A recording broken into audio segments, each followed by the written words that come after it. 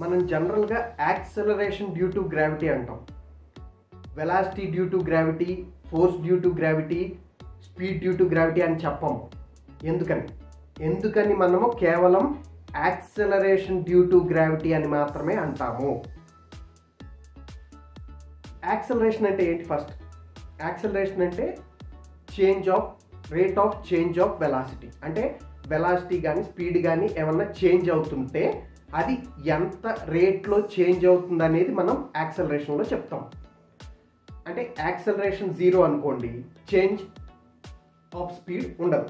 Let's say ఇప్పుడు మనకి ఒక వెహికల్ ఏదైనా కార్ కానీ బైక్ కానీ వెళ్తున్నాం, మనం 40 km/h స్పీడ్లో వెళ్తున్నాం. సో కంటిన్యూస్గా 40 km/h స్పీడ్లోనే వెళ్తున్నామంటే యాక్సలరేషన్ 0 అని అర్థం. ఒకవేళ మన స్పీడ్ 40 km/h నుండి 60 km/hకి చేంజ్ అయింది అనుకోండి, అప్పుడు యాక్సలరేషన్ ఉంటుంది. యాక్సలరేషన్ ఉంటేనే 40 నుండి 60కి వెళ్తాం. సో రైట్ నా ఇప్పుడు నేను ఒక ఆబ్జెక్ట్ తీసుకున్నాను. ఈ ఆబ్జెక్ట్ ఇప్పుడు నేను దీన్ని పట్టుకున్నాను.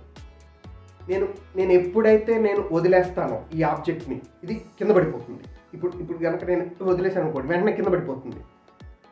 ఎందుకు కింద పడిపోతుంది? నేనేం దీని మీద ఫోర్స్ ఏమి అప్లై చేయలేదు. నేనేం ఇట్లా దీన్ని పుష్ చేయలేదు. నేనేమి జస్ట్ నా చేతులు పక్కకి తీసేస్తున్నాను అంతే.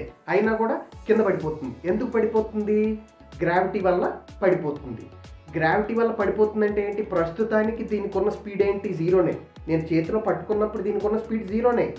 కానీ నేను చెయ్యి వదిలేయగానే నేను ఏం ఫోర్స్ అప్లై చేయకపోయినా కూడా దీని స్పీడ్ పెరిగిపోతుంది. అంటే గ్రావిటీ వల్ల చేంజ్ ఆఫ్ స్పీడ్ వస్తుంది. గ్రావిటీ వల్ల చేంజ్ ఆఫ్ వెలాసిటీ వస్తుంది. సో చేంజ్ ఆఫ్ వెలాసిటీ వస్తుంది అంటే ఏంటి? యాక్సలరేషన్ ఉంటేనే కదా. యాక్సలరేషన్ ఉంటేనే చేంజ్ ఆఫ్ వెలాసిటీ వస్తుంది. సో అందుకనే మనము యాక్సలరేషన్ డ్యూ టు గ్రావిటీ అంటాం.